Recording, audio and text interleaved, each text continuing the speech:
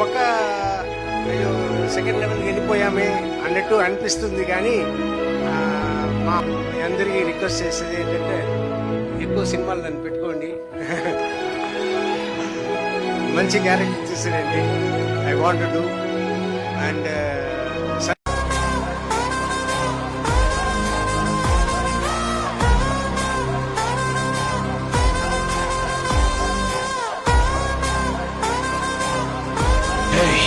నువ్వు డిఎన్కే గాడైతే ఏంటి, కోన్కిస్కా గొట్టం గాడైతే ఏంటి, ఎవరైతే నాకేంట్రా?